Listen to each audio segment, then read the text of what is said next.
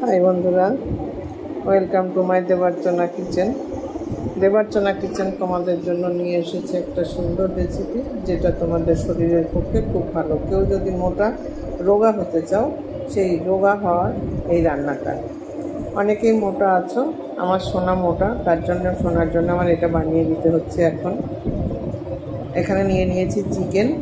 আমি এখানে 300 চিকেন নিয়েছি, তার মধ্যে দিয়ে দিলাম লবণ আর গোলমরিচের গুঁড়ো, আর দিয়ে দিলাম রসুন কুচি, দিয়ে এটাকে ভালো করে ম্যারিনেট করব।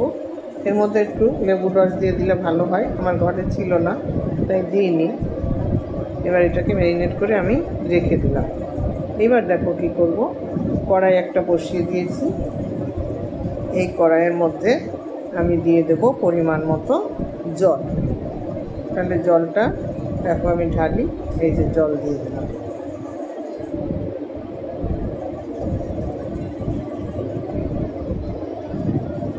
রান্নাটা লক্ষ্য করো তোমরা। এইবার দেখো আমি কেটে রেখেছি গাজর, পটল আর ফুলকপি।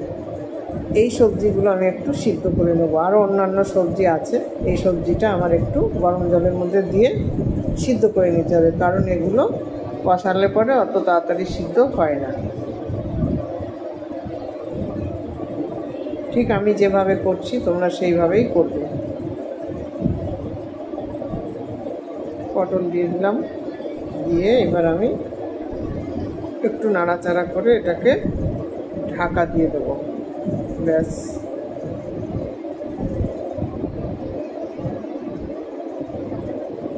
ঢেকে দিলাম।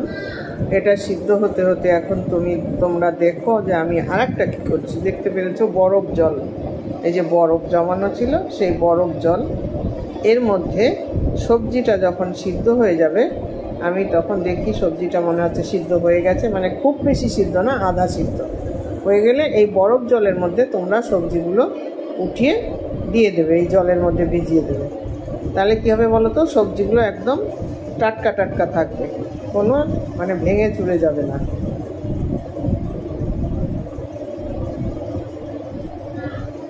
রান্নাটা আমি যেভাবে করেছি ঠিক সেইভাবেই তোমরা ফলো করবে, করে রান্না করবে। এই দেখো আমি ঠান্ডা জলের মধ্যে দিয়ে দিয়েছি। সবজিগুলো কিন্তু এখন চেহারায় পাল্টে গেছে, দেখতে পেরেছো? দেখো। এবার চলো কড়াইয়ের জলটা ফেলে পরিষ্কার করে নিই। কড়াইটা ফেলে দিলাম, কড়াইটা একটু মুছে নিলাম। এখন আমি এর মধ্যে দিয়ে দেব সামান্য একটু তেল। এখানে তোমরা অলিভ অয়েল ব্যবহার করতে পারো, বাদাম তেল ব্যবহার করতে পারো, আবার বাটার ব্যবহার করতে পারো। আমার ছিল না তাই আমি সাদা তেল দিলাম। তোমরা সাদা তেলও দিতে পারো, অসুবিধা নেই, তেলটা একটু কম দেবে। ব্যাস, এই একবারই আমি তেল দিলাম, আর তেল দিব না। এর মধ্যে দিয়ে দেবো আমি কুচিয়ে রাখা পেঁয়াজ। এই পেঁয়াজগুলো একটু আমি মোটা মোটা করে কুচিয়েছি, না সরি, আগে মাংসগুলোকে একটুখানি ভেজে নেব, মানে সামান্য একটু সাঁতলে নেব, মাংসগুলোকে একটু লাল লাল করে আমি সাঁতলে নেব।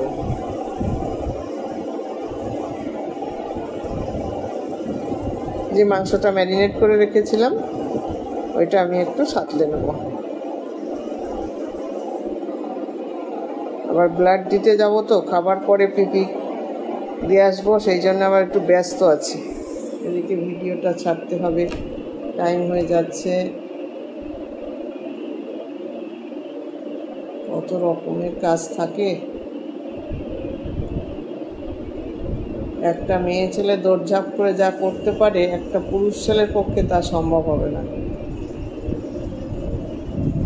সকালবেলায় গেছি ব্লাড দিতে, মেয়ের আগে টিফিন করে দিয়ে গেছি, 3খানা ডিম সিদ্ধ, পাউরুটি, টক দই এসব দিয়ে গেছি মেয়েকে। দিয়ে আবার দৌড়াতে দৌড়াতে গেছি ব্লাড দিতে। ব্লাড দিয়ে সেখান থেকে বাজারে গেছি, বাজার করেছি 2-3 জায়গার থেকে। বাজার করে আবার এসছি বাড়ি এসে হাঁপিয়ে পড়েছি। একটুখানি সব বিশ্রাম নিয়ে আবার শুরু করেছি। দেখো, কোনো সময় বিরাম নাই। এই তো মেয়ে মানুষের জীবন।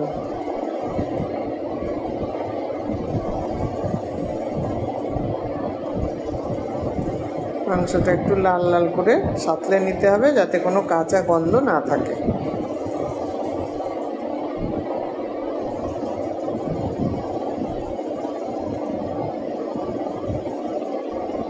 আমি একটু খুন্তি দিয়ে দেখছি যে এই মাংসর পিসটা একটু মোটা হয়ে গেছে, তো অসুবিধা নেই, সিদ্ধ হয়ে যাবে। চিকেন সিদ্ধ হতে টাইম লাগে না, আর এ তো হাড় নেই, বোনলেস চিকেন এটা।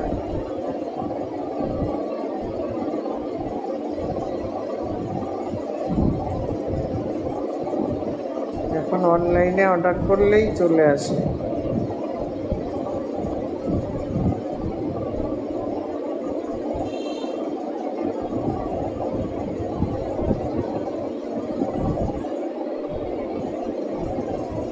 একটু ধৈর্য ধরে সাতলাতে হবে।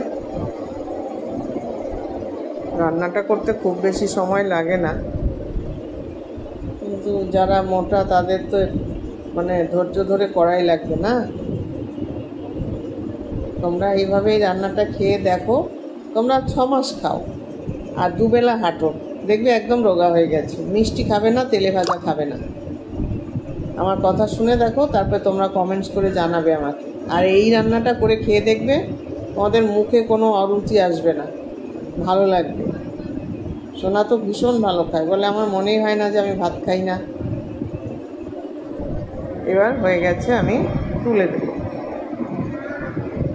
বাদ বাকি যেটুকু আছে এটাও এইভাবে সাঁতলে নেব।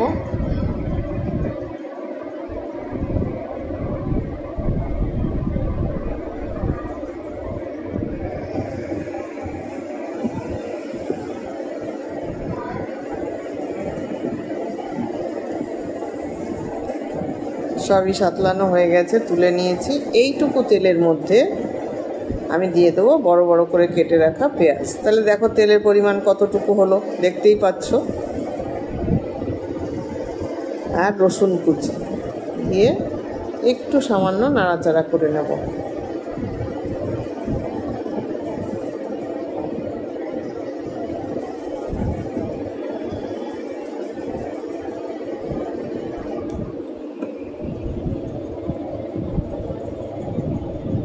এর মধ্যে দিয়ে দিচ্ছি টমেটো কুচি, বিনস আর ক্যাপসিকাম।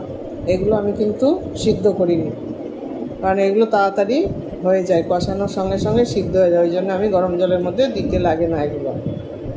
সেগুলোকে এখন আমি সাতলাচ্ছি। কড়াইটা একটু নড়ছে, মাঝতে মাঝতে একেবারে তেলের মতন হয়ে গেছে, তো একটু ধরে নেব কড়াইটা। না ধরে নিলে নড়াচড়া করলে রান্না করা যায় না। বন্ধুরা, দেখতে দেখতে তোমাদের যদি ভালো লাগে আমার এই রেসিপিটা, তোমরা করে খেয়ে দেখো। রোগা হতেই হবে, আমি গ্যারান্টি দিয়ে বলছি।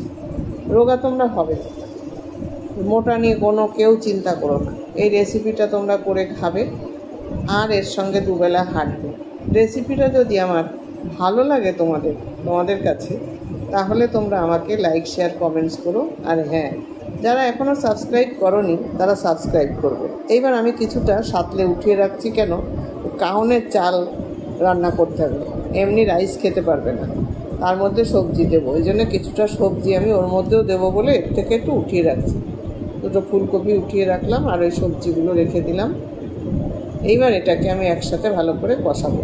তাহলে যারা এখনও সাবস্ক্রাইব করোনি তারা সাবস্ক্রাইব করবে। আর হ্যাঁ, বেল আইকনটা বাজিয়ে দিও, আমার সমস্ত নোটিফিকেশানগুলো আগে আগে তোমাদের কাছে চলে যাবে। তোমরা আমার সঙ্গে থাকো, এক এক সময় এক এক রকমের রান্না দেখতে পাবে। সাঁড়াশি দিয়ে কড়াইটা আমি ভালো করে ধরে নিয়ে নাড়াচাড়া করছি। দেখো সবজিগুলো কিন্তু ঠান্ডা মানে বরফ জলে দেওয়াতে কতটা সুন্দর রয়েছে দেখো, আর চেহারাটাও পাল্টে গেছে সবজির। এখন এর মধ্যে আমি দিয়ে দিলাম একটু ফেটিয়ে রাখা টক দই। টক দই স্বাস্থ্যের পক্ষে খুবই ভালো, তোমরা সবাই জানো। আর দিলাম গোলমরিচের গুঁড়ো,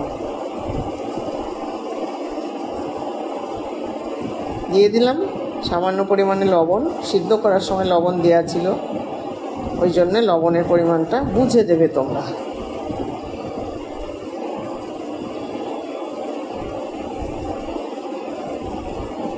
এবার মাংসগুলো যে সাতলে রেখেছিলাম, সেই সাতলে রাখা মাংসগুলো আমি এখন এর মধ্যে ঢেলে দিলাম।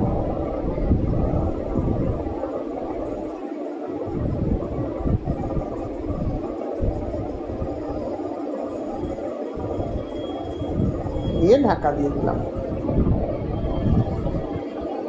মাংসগুলো সুন্দর সিদ্ধ হয়ে যাবে। এই দেখো কাউনের চাল, এটা এখন আমি ভালো করে ধুয়ে নেব। দেখতেই পাচ্ছ 50 গ্রাম নিয়েছি আমি। ভালো করে এটাকে ধুয়ে নেব, ধুয়ে পাশের উনুনে বসিয়ে দেবো। ওই সবজিগুলো মিশিয়ে দিয়ে বসিয়ে দেবো আমি। এদিকে মাংসটা হতে থাকবে। এই যে ধুয়ে নিয়ে এসেছি, সবজিগুলোও দিয়ে দিলাম, দিয়ে পরিমাণ মতো জল দেব, কারণ এটা সিদ্ধ হতে তো সময় লাগবে একটু। জলটা বুঝে তোমরা দেবে। দেখো এতটা জল দিয়েছি। এখন গ্যাসটা অন করে দিলাম, এটা বসিয়ে দিলাম আমি। এখন এটা হতে থাকুক, আর এদিকে মাংসটাও হতে থাকুক।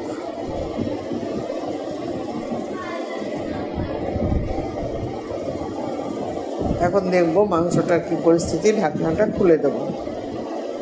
ঢাকনাটা খুলে দিলাম। দেখো মাংসটা কত সুন্দর হচ্ছে, দেখো কত ঝরঝরে হয়ে গেছে। তোমরা দেখতে পেরেছো? আমি বললাম না যে তেল কিন্তু আমি বেশি দেইনি। তেল দিলে তাহলে ডায়েট হলো কি করে, তাই না? অথচ টেস্ট হবে খুব সুন্দর। আমি যেভাবে করেছি এইভাবে করলে টেস্টটা কিন্তু খুবই সুন্দর হবে। একটু এলাচের গুঁড়ো দিয়ে দিলাম, সামান্য একটু এলাচের গুঁড়ো দিয়ে দিলাম। এবার দিয়ে দিলাম ধনে পাতা। তোমরা ধনে পাতার পরিবর্তে পার্সলে পাতা দিতে পারো। আমি পার্সলে পাতা দিইনি, আমি ধনে পাতাই দিয়েছি। দিয়ে ভালো করে নাড়াচাড়া করব। এটা মিশিয়ে দেবো এর সঙ্গে, সেন্টটা সুন্দর হবে। আর ধনে পাতা কিন্তু রোগা করতে সাহায্য করে। বুঝতে পেরেছো বন্ধুরা? সবসময় তোমরা মনে রাখবে কথাগুলো আমি যেটা বলি। এবার সামান্য একটু ঘি দিয়ে দেবো। ডায়েটিশিয়ান বলছে 1 চামচ করে ঘি খেতেই পারে পার ডে, তাই আমি 1 চামচ দেবো না, আমি একটুখানি দিয়ে দিলাম। ব্যাস হয়ে গেছে, কমপ্লিট। এবার নাড়াচাড়া করে আমি এখন এটাকে নামিয়ে দেবো। হয়ে গেছে আমার, কমপ্লিট হয়ে গেছে। এবার নামিয়ে দিয়ে তোমাদেরকে দেখাবো কতটা সুন্দর হচ্ছে। ওদিকে কিন্তু রাইসটা আমার হচ্ছে।